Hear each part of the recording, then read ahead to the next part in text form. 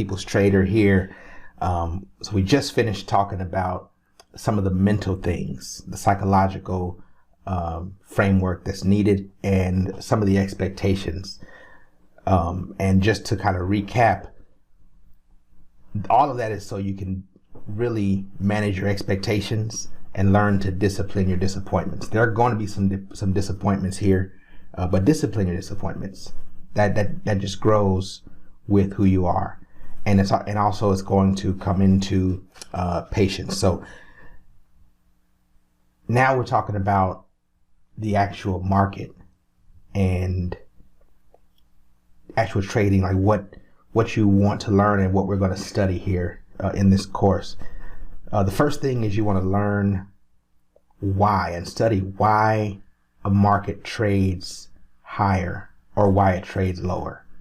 You know, what causes that move? What causes it to reach to the high of the day and reach to the low of the day? What causes it to trade underneath old lows or above old highs?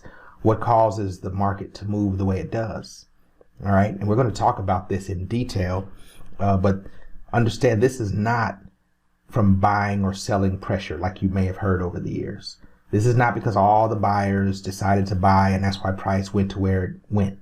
This is not because the bears went home and all the bulls are out now. No. So what causes the market to trade higher and trade lower, and what causes them to get to the price levels, it's the offering of those prices. And we'll get into details on all of this, but it's with the offering of those prices. All right. Now, so if let's say, for instance, you had a shoe store, right? You sold shoes and you had the shoes that everybody wanted. Well, who would determine how much everyone is going to pay for those shoes from you, right? Who determines when you're going to start charging more for those shoes or charging less? Are the customers going to say, hey, we're going to buy these shoes, so you need to raise the prices? That doesn't even make sense. Or we're not going to buy these shoes until you lower these prices. That could cause some form of change. But at the end of the day, whatever prices are offered at your shoe store is up to you, right? Because you control the shoe. Same thing if you had fruit for sale or food for sale, you determine how much of a markup you're going to get from your customers. You determine whether you're going to have a sale or not. If you're going to have a special, you determine that because you control it, because you hold the asset, you hold the product, you hold the service, you know. And so who controls, if you're dealing with since we're dealing with Forex, who controls the money? Who controls the currencies? Well, it's the central banks. And so understand the central banks are the ones who control the offering of prices. And in order for price to move, it has to be offered at that price. It doesn't move because everybody's buying. There's not enough buying and selling in the world to move it because people are always buying and people are always selling. But it can't be bought until price is first offered at that level. And there's various reasons, and we'll get into this too. There's various reasons as to why central banks will raise or lower the price. There may be they might want to deflate or inflate their dollar for whatever reason. You know, when you go out of town, you go to a different country and you trade your money you exchange your currency for that currency. You know, no one really wants to go somewhere where, you know, you got $100 and then that $100 turns into $5, you know, where it's going to be more expensive to even enjoy a vacation. So it's like, man, we had to take $5,000 out of there just to live for a day. But if you had the opportunity to go there or go somewhere like Japan or, you know, Thailand or something like that, somewhere like Mexico, where you can take your money and it stretches. You know, just a few weeks ago, we were in Mexico, and for a whole week, it took $109 US to live large in Mexico, right? I remember a few years ago I was in Thailand and I went out there with I went out there with about $5,000. We were there for about 15 days and I didn't even make it through 500 of that for those 15 days, but lived large, lived like a king because the money stretched so far. So you never know exactly why a central bank is actually taking their money and offering it at higher prices or offering it at lower prices. They know why. They have their reasons. They have their agendas. Okay. And then also there's a difference, and you got to understand this. There's a difference between a market maker and a dealer. And a lot of the traders that we think are market makers, they aren't market makers at all. They're just dealers, and they're dealing the hand that they've been dealt. They're dealing the cards they've been dealt. The hedge funds, the banks like Chase and some of those aren't market makers. They're actually part of the victims, if you will. There's no reason why some of the companies would have had to be bailed out, like in 2008 when they were bailed out. Market makers don't get bailed out. Central banks don't get bailed out. They don't get bailed out just because they control it. They control the prices. So the ones that are actually offering the prices are the ones controlling the hand. The ones who are dealing, they're not controlling the hand. They're just dealing the hand they've been dealt. So we're going to get into more detail about why those markets trade higher and lower, and actually how what to do with that. But then the second thing is study where a market is likely to trade to. All right, this is much more important than the entry. I know, you want to get in at the bottom and get in at the top where you sell from the top point and get every single pip out that piece or whatever. But if you don't know where to go, then it's kind of hard to justify a start.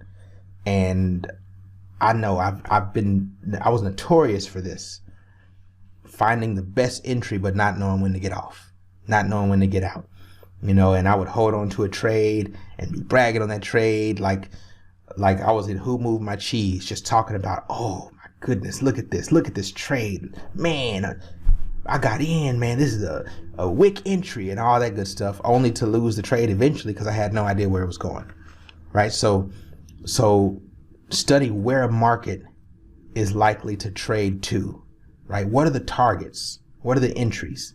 None of us would actually get on a plane if it didn't have a destination defined. You get on the plane and then the pilot says, well, we're about to take off. Not sure where we're going to go, but eventually we'll get there. When we know where we're going, we'll let you know. Nobody's going to stay on that plane. So you want to treat your trading like it's a plane. Have the destination in mind first. All right. And then number 3, spend your time in past price action, mostly during back testing. And what you're going to do is you're looking for the time that the highs and the lows took place. You're looking for the time of the big moves and the time where patterns actually shaped. Because what this does, this creates familiarity in your mind, and this move is what creates the money. All right. Number 4, keep a study journal.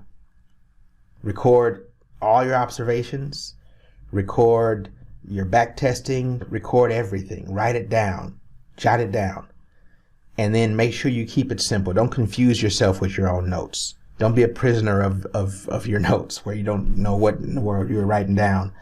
And understand this, you don't need to know everything. All right? You don't need to know everything. Just really learn one thing, learn one setup, learn when markets are likely to behave a certain way, right? Using seasonal tendencies. You can get that from Steve Moore, and I'll talk about that a little bit more later. Number 7, become a specialist of a single market at most 2.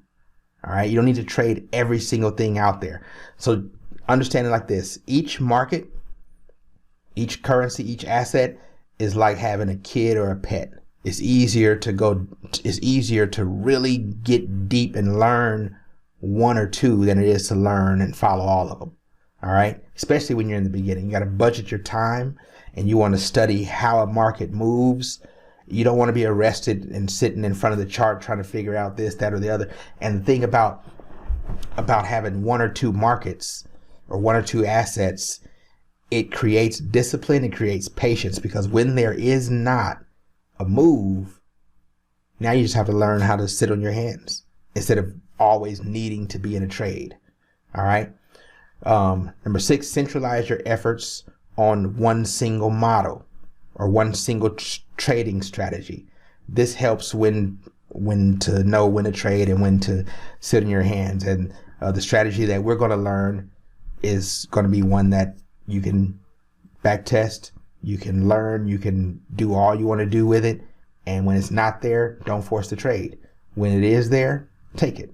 All right. You're going to develop a framework for a market based on higher time frame bias. No less than the 4-hour charts. We're going to be looking at the weeklies. We're going to be looking at the dailies and the 4 hours to get everything set up. And then you're going to find one setup, determine an easy, low effort target. I know that you see people going for 900, 1,000 pips, 2,000 pips, whatever, and going for 1 to 200 runs, 1 to 30 runs, 1 to 1,000 runs, but none of them can actually show you how much money they made. You know why? Because those moves don't happen a lot. And since those moves don't happen a lot, you're looking for consistency, not a unicorn. Okay? So determine your bias, find your target, start with 1-to-1 risk to reward ratio.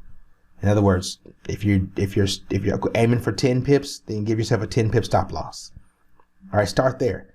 And once your consistency is up, you can start adding to that.